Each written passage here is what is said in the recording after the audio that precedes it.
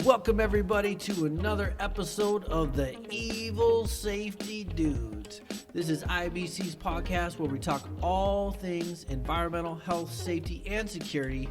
All how not to die at work, from how not to get sucked into a machine to how not to get killed by an active killer. And I got some cool dudes on the show today. I don't know if they're evil safety dudes, but they're evil security dudes for sure. Let's bring you guys in right away. Tim and Mike, how are you doing today, guys? Doing pretty good. Really good. Thanks for having us. Awesome, man. And so you guys are part of a company called Rev Tac. Is that right? We are. Yep. I started that company like 10 years ago, Wow. maybe 11 or 12. Awesome. And what do you do there? So I do about everything. And we focus on instruction, but we also have a range that people can train on as well. And then Mike pretty much just is the detail guy. Okay. That sounds kind of important. Details? Yep. The devil's in the details. Absolutely, man. man. He just called you the devil. Yeah. Cool. So what does that entail as far as the details go? So I am basically Tim's right-hand man. So I help instruct with classes, whether it's basic pistol or concealed carry stuff, but it also goes over maintenance of the range. So, nice. You know, somebody's still got to take out the trash, clean the bathrooms, and, you know, cut the grass. So Yeah, I mean, there's a lot of work to run a business. People, they always want to be the boss, but you know, there's a lot when you're on top. It's lonely, and there's a lot of work and a lot of long hours. So 10 years into this, though, that's pretty awesome. Yeah. If you're the IRS, we've been paying taxes on this place for 10 years now. So, yeah. Now, you know, in 10 years, this is probably no way that you know this, but just for fun, like estimate like how many people you've trained, how many hours of training. Yeah. I mean, that's like a hard question. I get that. Right? Yeah, that's a hard question. Just from the range, we have analytics, and I could probably get a hold of our lady that knows that stuff. Tanya could give you a good idea. But, I mean, we're talking in the peak of things, we were doing hundreds of people a weekend. Whoa. You know, and then now when you look at the last year and a half, we may have 30 people a weekend. Wow, but that's awesome, though. Yeah, but we teach 30 classes a month. Wow. So, yeah, we probably how many people do you think we have come through, Mike? So if we teach those 30 classes in a month, we probably still have, I'd say, a little over 100 come through in a month now. So we're talking thousands of training hours. Roger. Yes, yeah. If you're looking Yeah, at the that's pretty course awesome. of 10 years in business, And- it's been thousands of people and thousands of hours. And I want to talk about your business and everything you guys offer.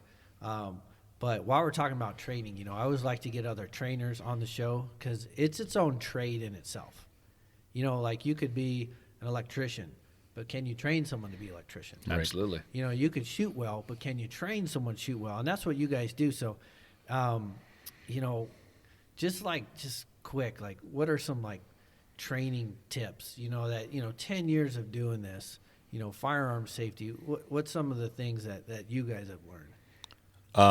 I'll go first, Mike. But I think one of the best things that you can do is never become the master, right? Okay. And you're never too good for fundamentals, you know, whether it's long range or whether it's pistol work, you're never too good to revisit those fundamentals. Like you yourself, or yeah. just like focusing on them with the student? Yeah, well, focus on them with the student. But, you know, one of the most common things we see is that people say, hey, I already know how to shoot. Yeah. I want to come take your, you know, rappel from Yeah, helicopters. upside down. Right, yeah, absolutely. And like, hey, that's neat. But if you can't hit stuff standing perfectly still with all the time in the world, why Yeah. are you trying to slide under vehicles right now? So, you know, so that's kind of, I just would say always be hungry for the fundamentals. For sure. Yeah. I had husbands get mad when I would, you know, a guy would bring me his wife to train, and he would come along too. I already have my CWP, or I'm already this, or I'm already that. I'm going to pay, but I'm just there. I'm like, okay, that's cool, man. So I have them both shooting, and she's actually listening to me. Right. You know, when I say like, put this part of your finger on the trigger and hold it this way, and so she starts shooting better than him. And I made a lot of husbands mad. Yeah. We see that. Yep. We see that. Women will consistently outshoot their husbands because they come in with that empty cup mind. Yeah, of, that's so funny. The guys are like, "Hey, I know everything. Yeah. I can't learn anything," and the woman will be like, "Okay, I'm actually going to listen to what you say and apply it." And, Yeah, isn't that funny? Boy, howdy, it works. Yeah, that's funny. Yeah, we've had a guy just recently come in with his wife, pretty much the same story as you, but that guy has been shooting with his wrong dominant eye his entire life, and then he couldn't just watch her shoot. He wanted to participate, and so he's just constantly left of target. And I'm like, hey, what eye are you closing to? Funny. Yeah. And the next thing you know, he's changed eyes, and so it was kind of a humbling. Is that cool? Do you got a good story? Like I remember myself as a student. I forget what even course it was, but there was an instructor in Minnesota I was taking a class with, and he was watching me, and he really didn't like my fingering and my trigger pull, and he worked with me on that, and it really increased my accuracy. And for me, it was a big deal. Like, have you ever took someone who was a shooter, helped them out, and you're just like, wow, this is so awesome. Thank you so much. You ever had those good stories? Well, yeah. Probably the most recent story is we spun up a sniper team for, it's called the Winston P. Wilson. And cool. Those guys come and, they're shooters, but they just need some tweaking. Right. And pistol work seems to be lacking, and so they got to spend quite a bit of time shooting pistol under pressure. And pistol under pressure. Pistol under pressure. And so they walked away saying, man, this was awesome. That's cool. Yeah. It makes you feel good, when you help someone, help them grow, someone who's stuck, someone on a plateau. Training really is a trade, and focusing on it. And it's so cool when someone's actually will look at someone else, identify some problem areas, work on them. It's a really special thing. So I encourage everybody to get training. I'm a trainer, so I'm biased, but those Iowa concealed carry classes that you can get online, I'm just not into that. Yeah, not so much. I mean, we're all biased, because you guys are trainers too. Sure. But right. Well, they tie money to that when we fight about this. They say, hey, that's you just want us to come take your course, and that's never been the thing for me. You know what? I want you to be a positive representation of the gun community. Sure. Yeah. And if you don't know what you're doing, they say that you don't know what you don't know, right? And so that's something that's important, is let somebody tell you. And you may be able to sit in your boxers and take a class in 30 seconds on your computer and pay $90, and time is money. But man, it's just crazy.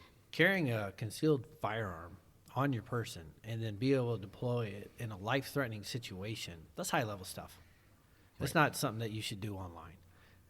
And that's just my personal opinion. It sounds like you guys are the same thing. I mean, you need physical training. You need some skills. Yes, to be able to, and you kind of hit the nail on the head when, yes, you can sit at home and do this, and sure, there is an aspect of, okay, maybe this was cheaper or I got it done faster, but when you take the magnitude of what you're learning to do here, you're trying to make yourself a more skillful defender.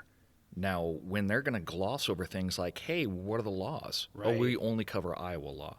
Well, boy, we live in the tri-state area. For sure. And on any given day, I can bounce between 3 separate states and have 3 totally sets of different rules of what I can and can't do with my firearm. Right. That's important stuff. Definitely. And you don't get in trouble with a firearm and say, well, I have my license in Iowa. I can do this in Iowa. Right. That doesn't cover you. You're still going to be responsible for those actions. Yeah, for sure.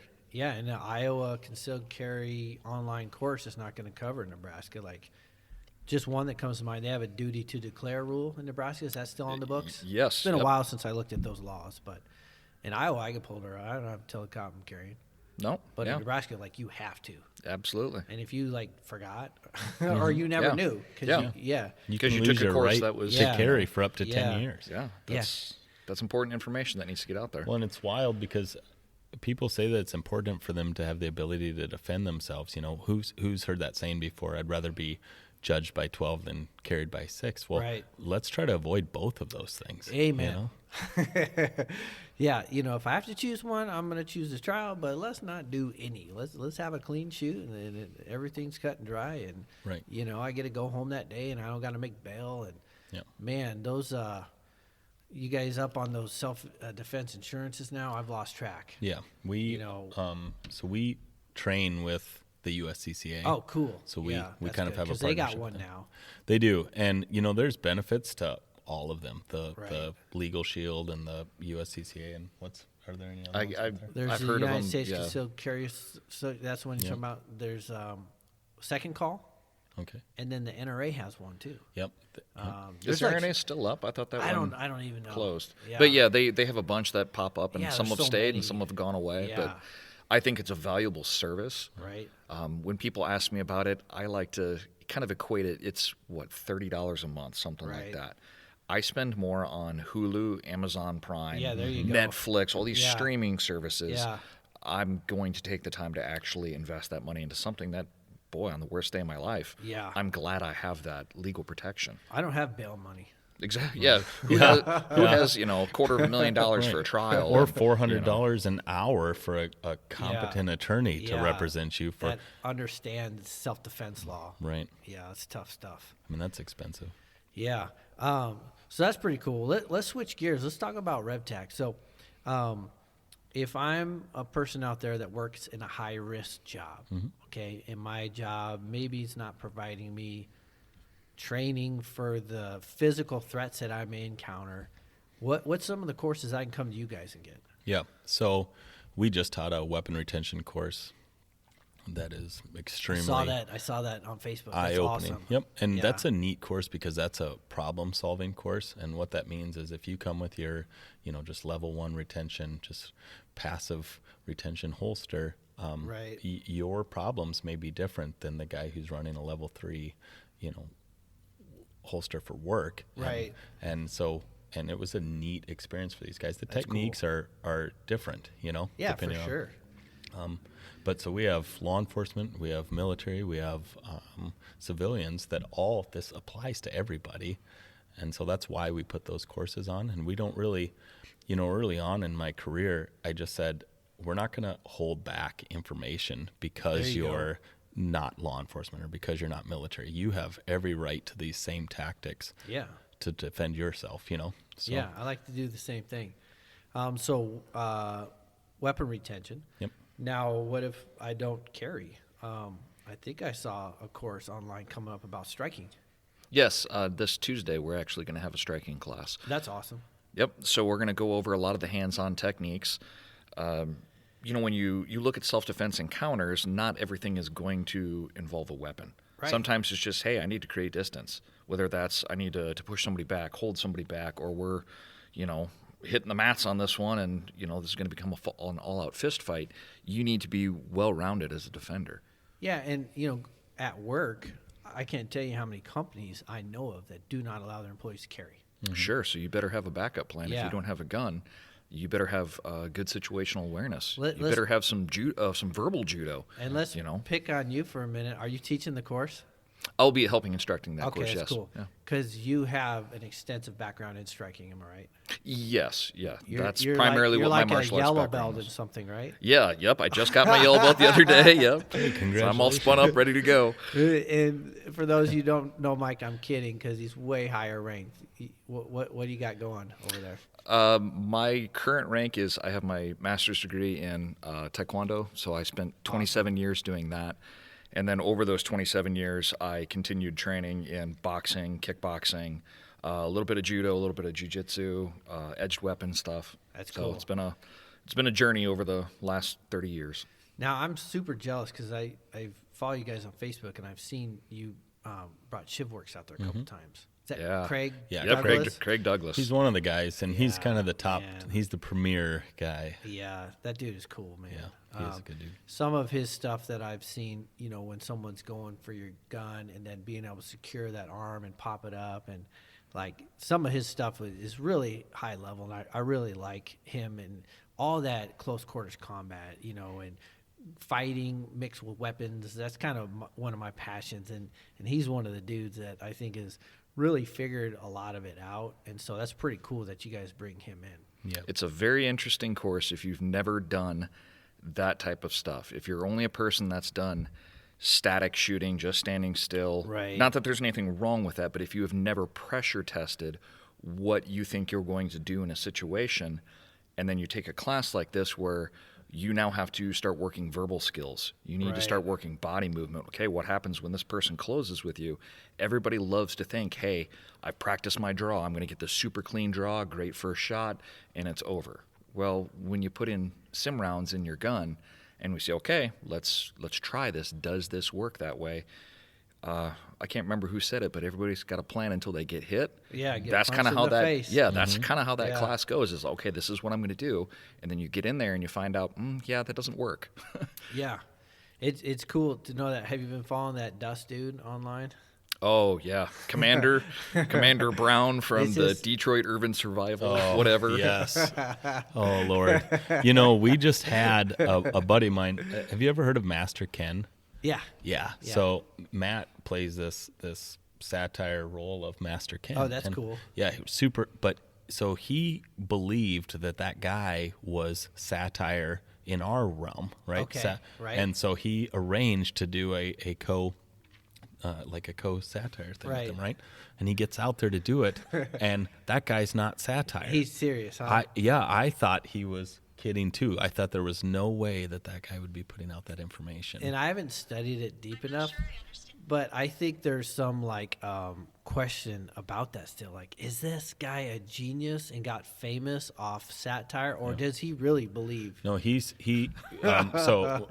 Master Ken, we'll call him, came back from that and said that guy's serious. He Wow, that's believes crazy. he's putting out good stuff. So Man, so I mean, it's good that that you guys are putting out good stuff, because there are that.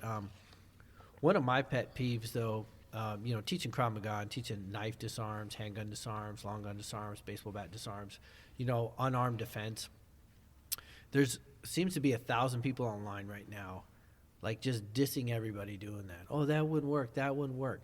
But nobody seems to provide an answer themselves. There's kids will take a disarm video and then do it themselves, and it doesn't work. And yeah, maybe 80% of that stuff's trash out there, but I just don't like people talking trash for the sake of talking trash.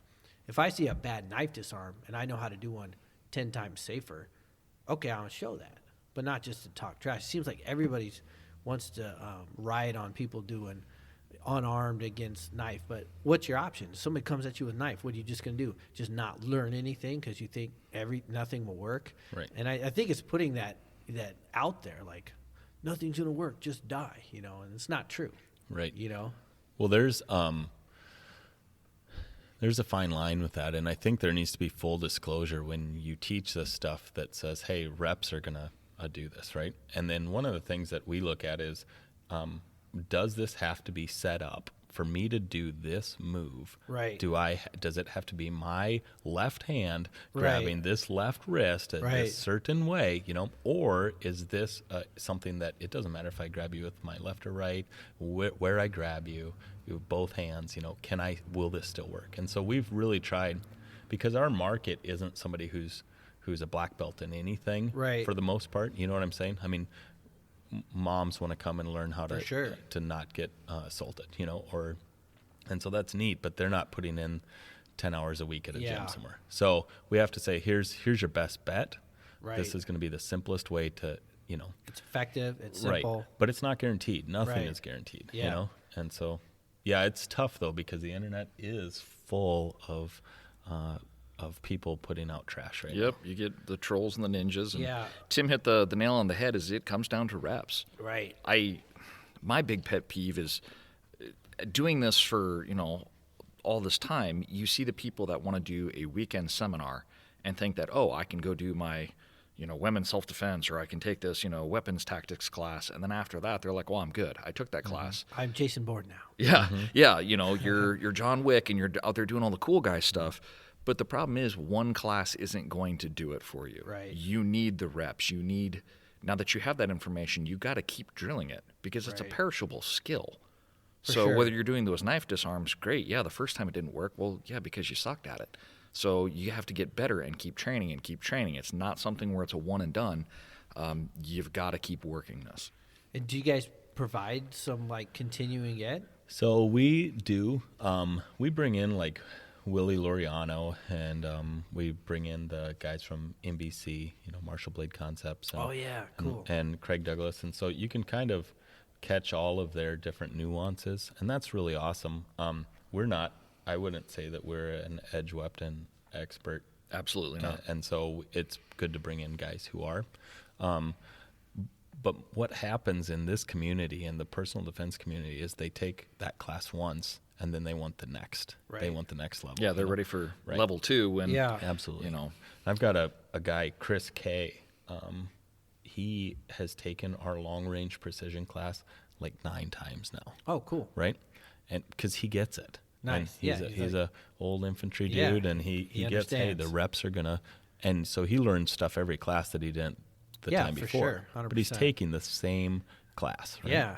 And so I wish that we could impart that on people, because they'll say, hey, what's the next class from, Willie Loriano? Well, that's neat, but you sucked at the first one. And did nothing in between the first one, and you're ready for the second one. It's so tough.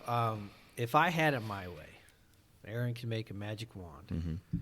Somebody with no experience with a firearm, they would take like a home firearm safety, or maybe even before that, like select the right firearm for what you want it. Like don't buy a Colt Python for concealed carry. Like what's your let's pick the right gun for what you want. Is it home defense? Is it concealed carry? What is it? Is it plinking?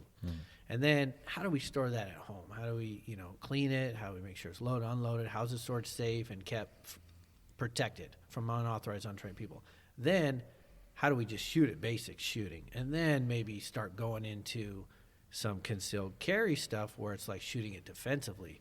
But in my experience, everybody wants to jump to the concealed carry. Right. Oh yeah, everybody wants to do the cool guy stuff right out the gate. Well, they don't have the right gun for it. Absolutely. If you look at the progression of some of the classes we have out at the range, we have a basic pistol test drive class where you can come out and try 20 or 30 guns, find out what you like, what you don't like, what fits your hands, the size of the gun.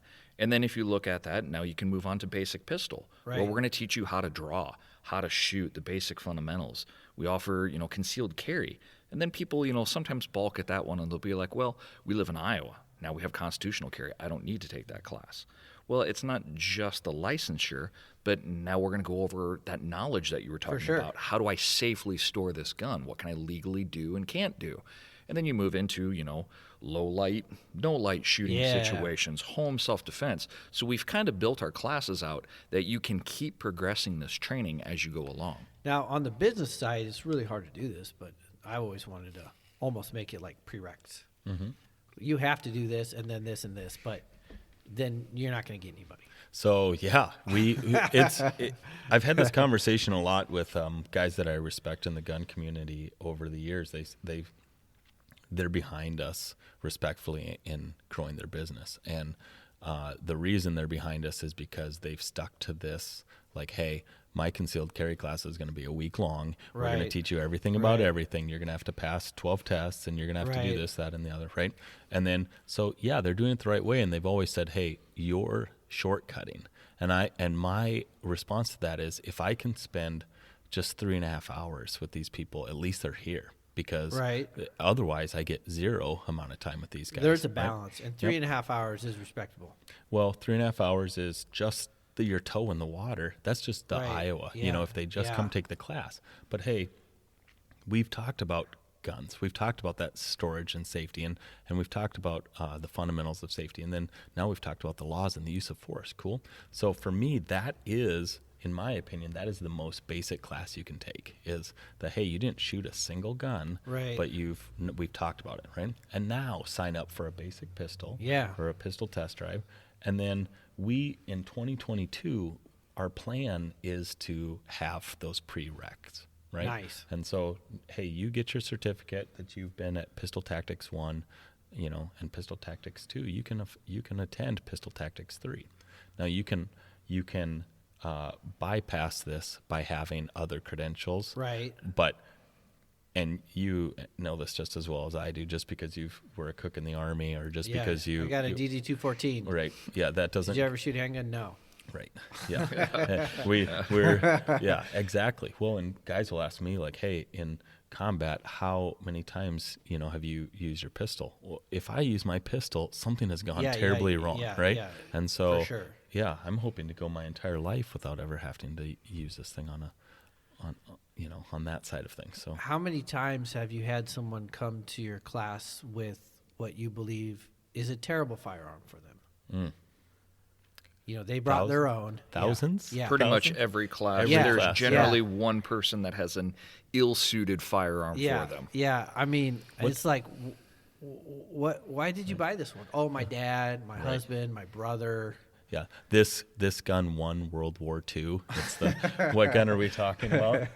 My favorite one is the husband that sends the wife with the world's smallest handgun, and then he comes to class and he's got some tricked out competition gun, Right, 5-inch barrel. Yeah, the wife's like, "Well, I can't hit anything, or I don't enjoy this, or this gun hurts my hand," and he's like, "Well, just do it this way." I'm like, how about you take the tiny gun and give her the super awesome gun? Their barrels touching the target still from 5 yards away, and yeah. Yeah, I've seen it so many times. How about magazines loaded with ammo backwards? You guys seen that one yet? Yep. I just had that probably 2 weeks ago. Really? We had to disassemble it and take a push rod Because from the other they end. managed to jam it Oh, into the it- chamber. yeah, It was I impressive. didn't Made a mess. know cartridges could go in backwards. They do if you rack it and then start slamming on the back end of the gun because you think it wasn't, just fully. You're talking about chambering. They- I Oh, didn't even know he they could go in ran- the magazine No, they do, backwards yeah. until this person Yeah. was like, "Hey, can you check out my new gun?" And they hand it to me, and first thing I do is I pop the mag out and I'm going to clear it. And I'm looking at their mag and it's loaded backwards, and I'm like, "This isn't going to do you much good." What's the matter?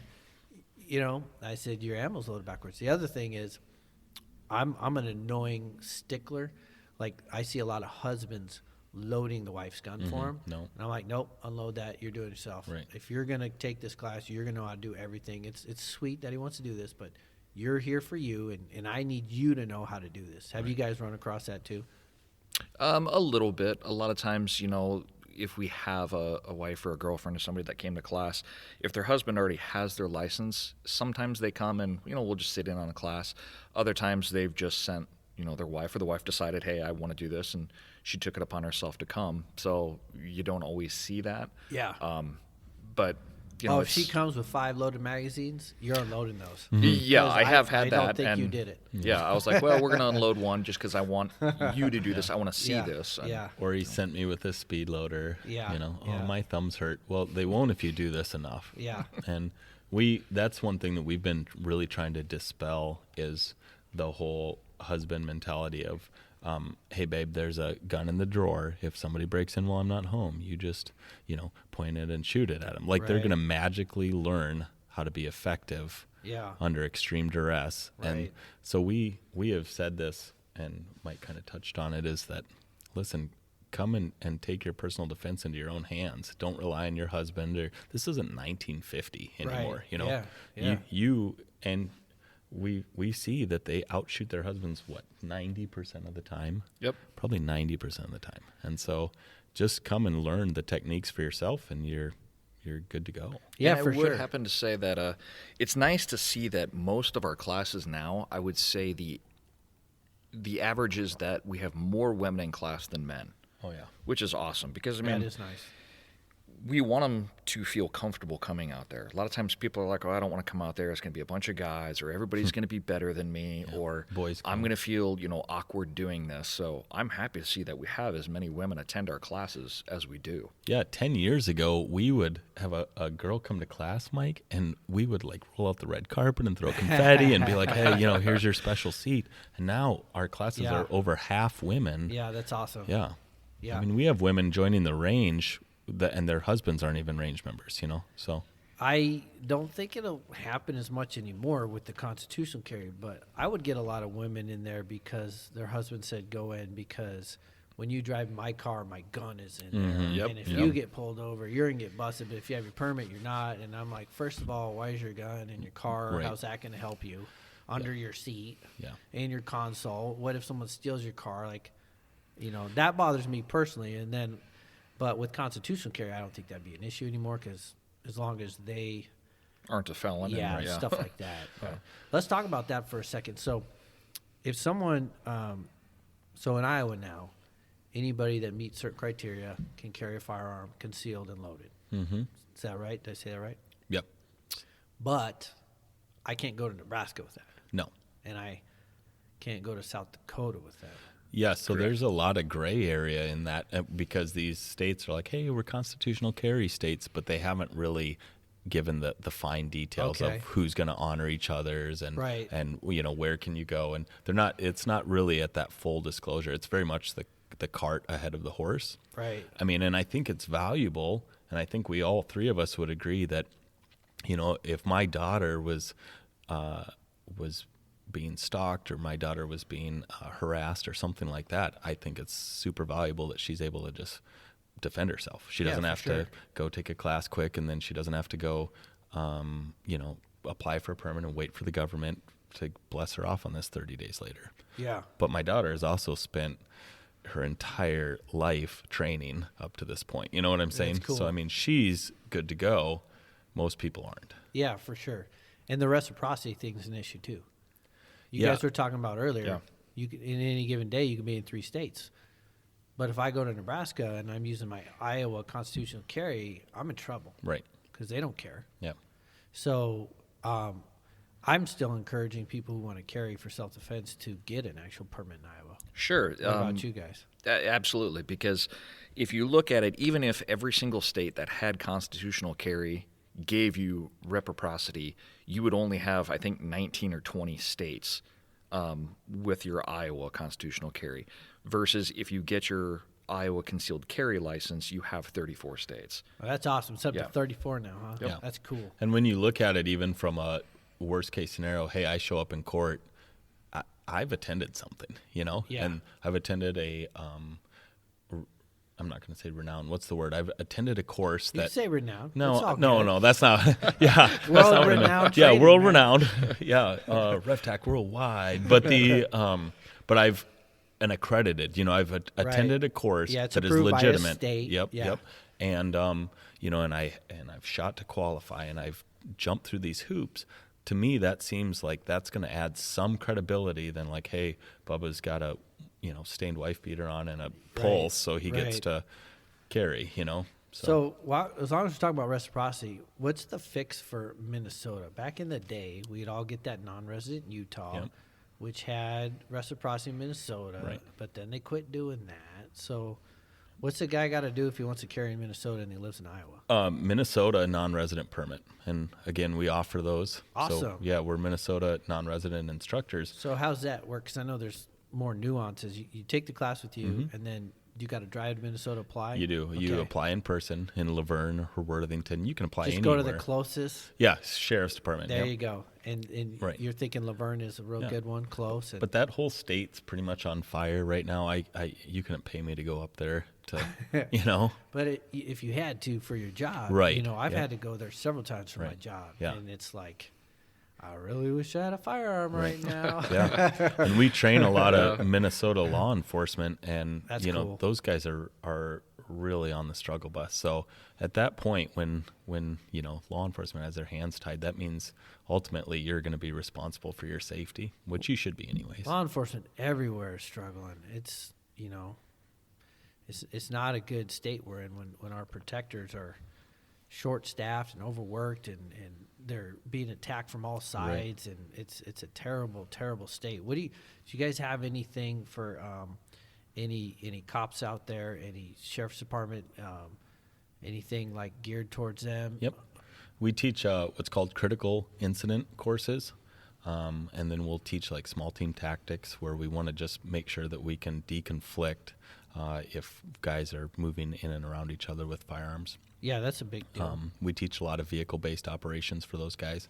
But when we talk about critical incidents, I mean, this is important that some of these guys, their extent of their training is the academy. Yeah, yeah. And we'll see departments come to us, agencies come to us and say, well, this is how they taught me at the academy. And that's almost Right. an immediate red flag Yeah. that you have not done any further training after that, right? So Right. it's like saying, hey, this is what I learned in kindergarten, so this is why, and just sticking to that. It's something that I've wished for a long time, that law enforcement got to train way more, not just in shootings, probably more, especially not just in shooting, but also in the defensive tactics, because, everybody wants to reduce law enforcement shooting of unarmed people, but nobody wants to pay to get that actually done. Right. One of the solutions is get these guys martially competent so they don't need the gun all the time. Right? Yeah, unfortunately, defunding any department is not going to help. It's crazy. Taking money away from a department that's more than likely, when you look at the national average, they're already strapped at the budget. Mm-hmm. Right. So in order to give these officers the time off to go take training classes and get spun up and be able to do all of this while you're now taking more money away, right. And you're like, well, hey, why aren't they trained up on this? Well, you took our money away. Yeah. What are we supposed to do? We didn't have enough to begin with. Yeah. I've been in meetings with police chiefs, and I've been pushing training, and I get accused, you just want to make them all MMA fighters, Eric. No, I don't. I want to reduce panic-induced shootings. Mm-hmm. I want them to be competent in their defensive tactics skills so that they don't need the gun. And then, I get past that argument, and then it's like, well, we don't have the funding for them to train that much. Right. Well, this is an issue we should tackle, Yeah. And it's not even so much because what we run into, and I won't call out any specific departments, but we'll have departments send their guys to Texas to train, Right. But they won't send them across the river here. Right. And that's not so much that the training budget isn't there, but you have to pull guys off the street, and Yeah. because they're not hiring enough cops. But, Right. even just locally, I remember 5, 6, 7, 8 years ago when a Sioux City Police Department job would open up and you'd have 500 applicants. Right. And now they're getting 25 applicants, Yeah. And that's crazy. And half of those aren't even qualified, Well, I think you got to pass a physical, Mm-hmm. and you got to pass a written test, and then I think you got to pass a background check. And I think those three things weed out like 90%. Yeah, Right. a good portion of them don't make past that first one, let alone have you been to the academy or do you have a degree? Yeah, So. it's tough out there. So it's good that you guys are providing them opportunities to train, even if they have to fund it themselves Right. and aren't getting it through the job, because, this is the people that need to be up on this. We all need to for personal defense, but it's actually their job to run towards Mm-hmm. the gunshots, and so that's cool. And hats off to all the guys that we've had come out and train on their own dime. Yeah. We've had officers come out from various agencies, whether it was paid for them or by themselves, on days off, on weekends, to That's come awesome. out and run drills and train. That's Much that's awesome. respect That's for what it's that. all about. Yeah. That is a small percentage, Yeah. And that's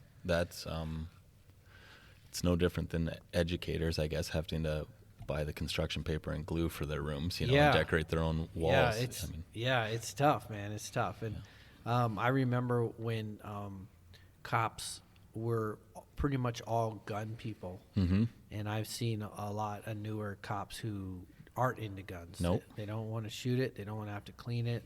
They're not into it, which it's fine if you're really good at everything else, but you may need that sometimes, and you should be really good for it. And just gun safety in general. Let's get controversial. Let's talk about Alec Baldwin's shooting for Okay. a minute. I Is that love okay with you controversy. guys? You guys Yeah. okay with that? Oh, boy. Let's stir this pot.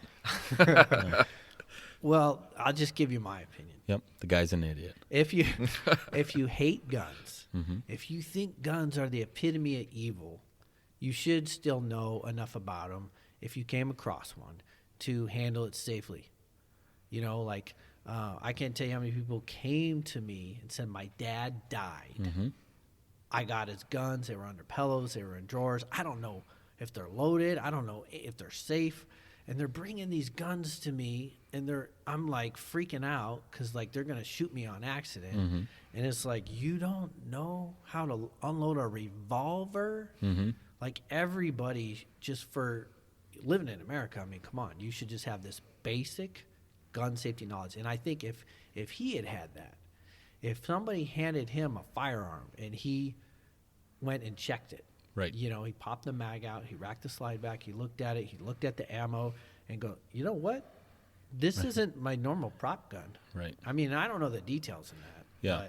I don't think a ton of them have come out, but I mean, there does seem to be some issues and some discrepancies with what was brought to set that day, which gun it was, the armor that was on set, whether they were, kind of up to speed on what they needed to be.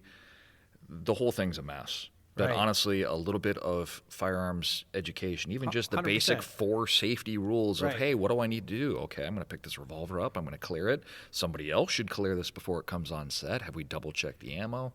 Why was there live ammo on set in the first place? I Right. mean, the whole thing's a mess. If I'm going to point a gun at somebody, Right. I'm going to take some steps. Well, and that's Sure. that's really what what you're saying is the hypocrisy of not being anti-gun, but not taking them seriously. You Yeah, know, yeah. like, hey, If if we they're- can just save one life by not having guns on the street, and then A, you're making a movie with guns, and then B, you're not even willing to take the steps right. to save one life. You Right. know what I'm saying? And the whole I didn't know. I mean, that's crazy to me. It doesn't fly. I had to investigate negligent discharge or accidental discharge here in town one time. Mm-hmm. It was this guy bought a new concealed carry gun. I think it was Smith & Wesson Bodyguard when those first came out. It's a while ago. And he wanted to show it off at work. So he hands it to this person, and the mag was loaded, but it wasn't racked. There wasn't one in the chamber. And this person has carpal tunnel. So every time they pick up a semi-automatic, they rack the slide to see if they're even capable of doing it. It's like a habit they got into. Okay. So this guy hands this person this gun, and this person just racks the slide, aims it at his file cabinet, and pulls the trigger And discharges the in fire. town, Yep. in an office. And boom. And it went through a solid oak door, went through the metal fire. Nobody was hurt. But, just gun safety. Just like if that person would have first of all, that guy shouldn't have handed her.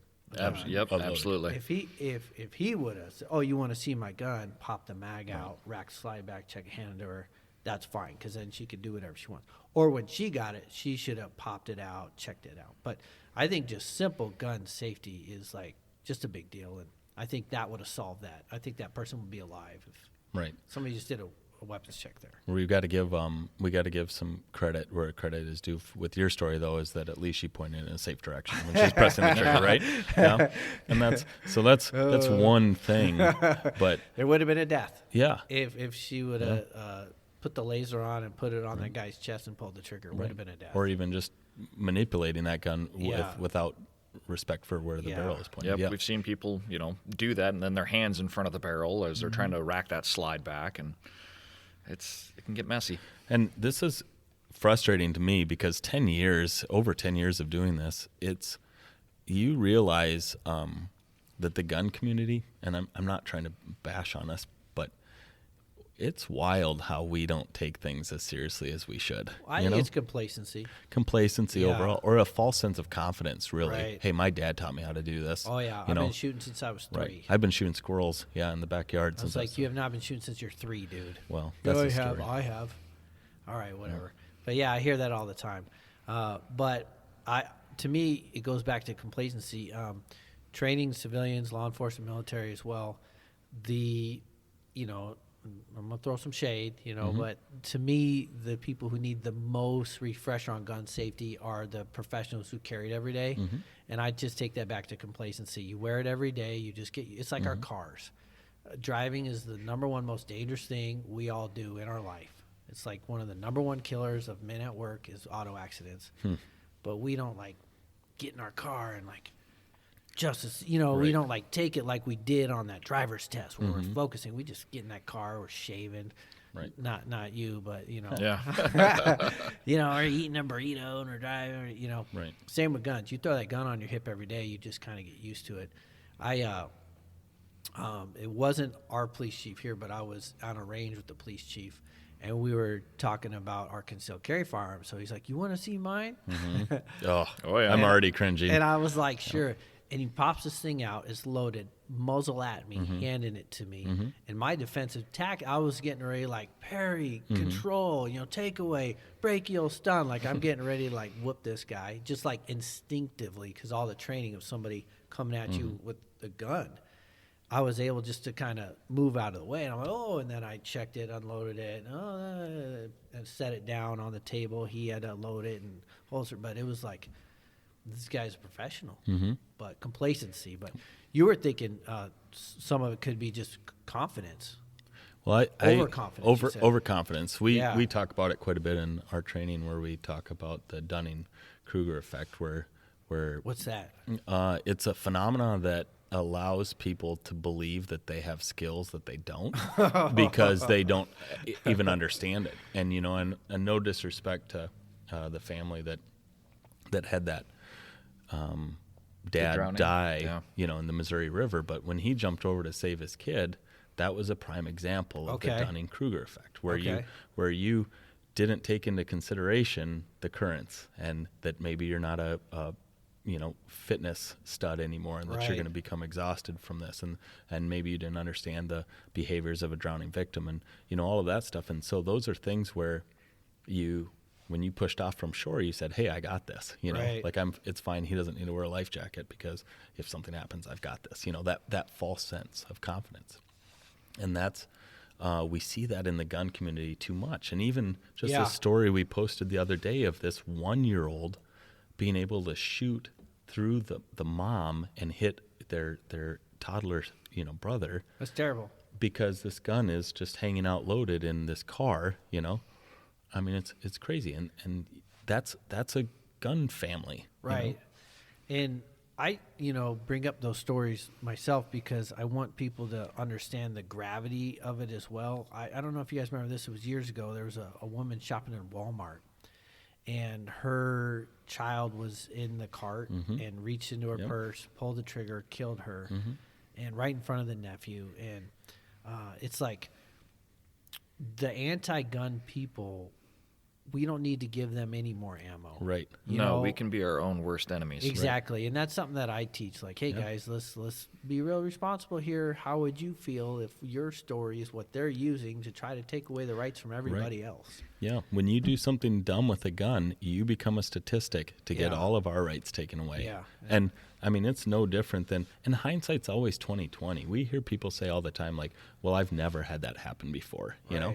Well, listen, if you would scrutinize or audit your skills a little bit, you would realize your deficiencies, right? Right. And just recently there was a toddler that the dad had stored the gun in a Minecraft backpack inside their house, loaded, of course. So this toddler accesses this gun, shoots his mom in the head while she's on a Zoom call. That's terrible. Right? Kills her in front of, 50, terrible. Just terrible.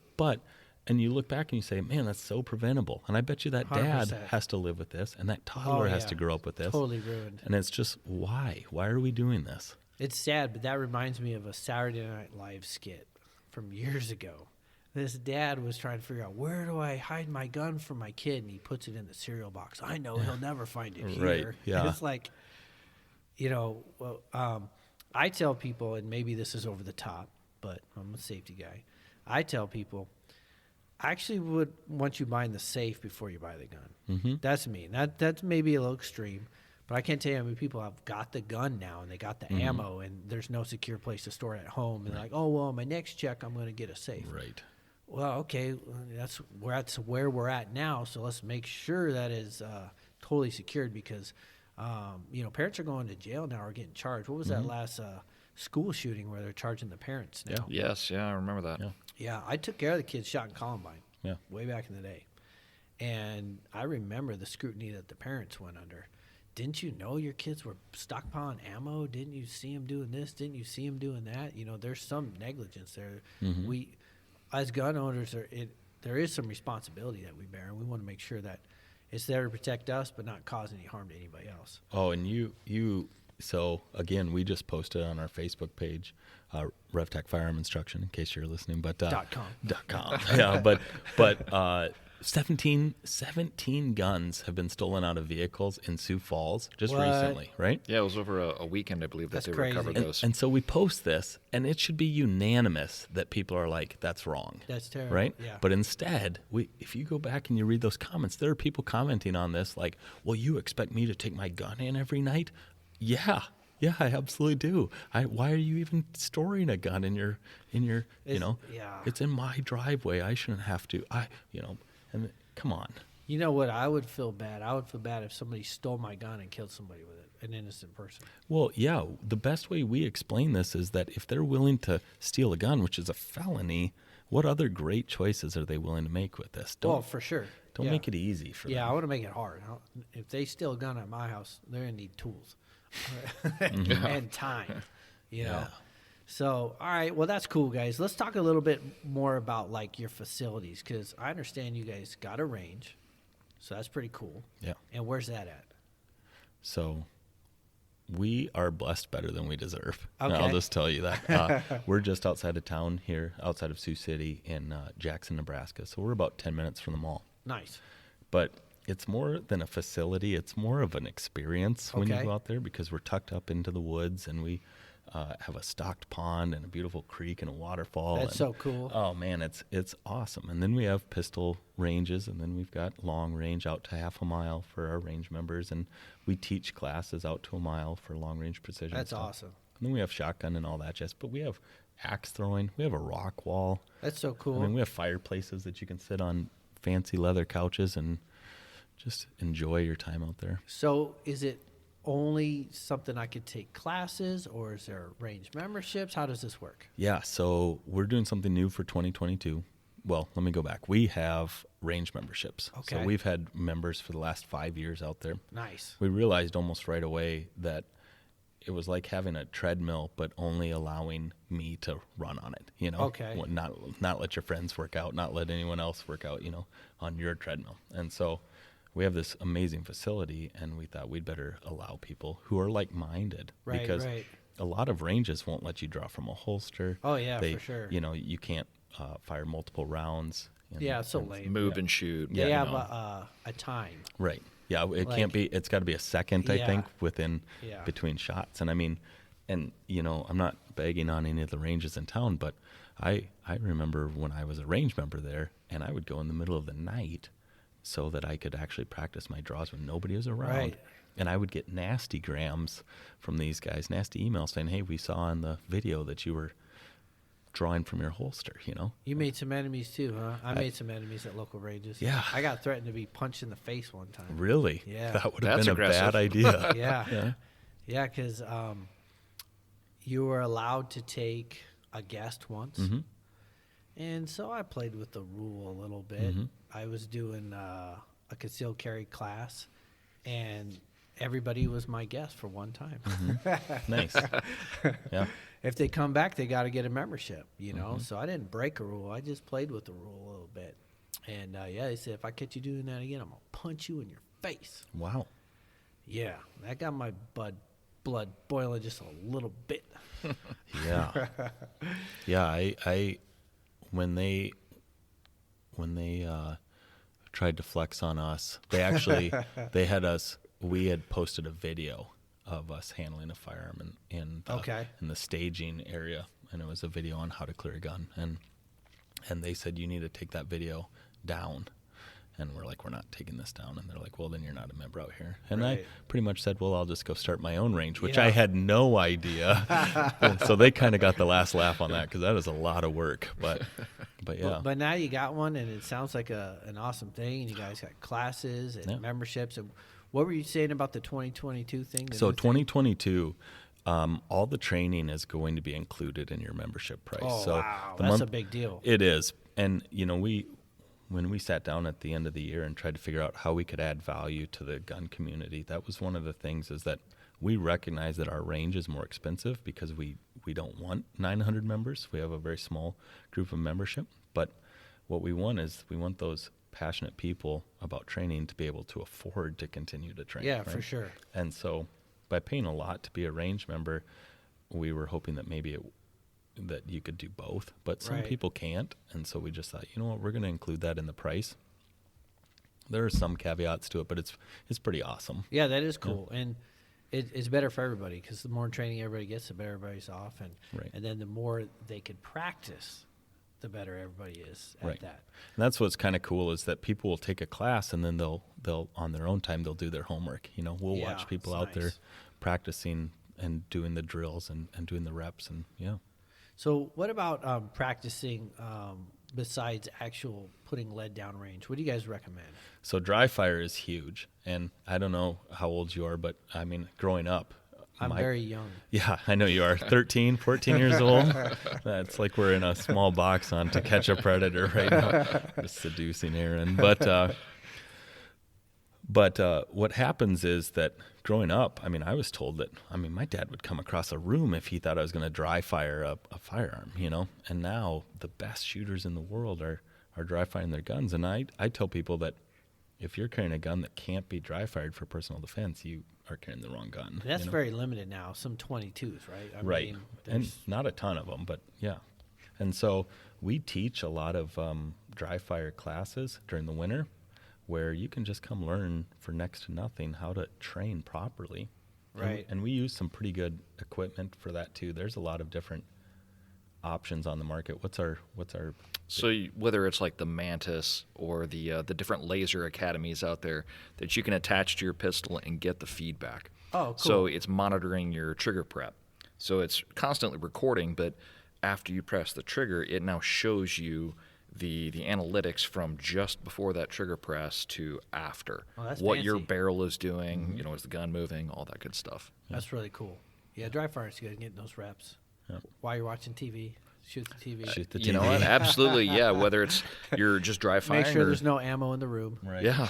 Whether Triple it's dry check it. fire or if it's simply holster work. Yep. Yeah. Learning to Yeah. simply draw. You don't need to do a ton of these, but boy, if a person did this 10 times a day, by the end of the year, how good would you be at this? How fluid would you be? Yeah. Well, and the standards for your draw have changed. Remember when toolers, the 21 foot, yeah. and then they said, okay, now the average engagement distance is 14 feet, and then now it's 9 feet, and and it's getting closer and closer. So when we talk on the military side, we're talking about 6 feet, Right. And so the time that it takes for you to access that weapon and get an accurate first round hit is down to a second and a half. You need to be faster than a second and a half.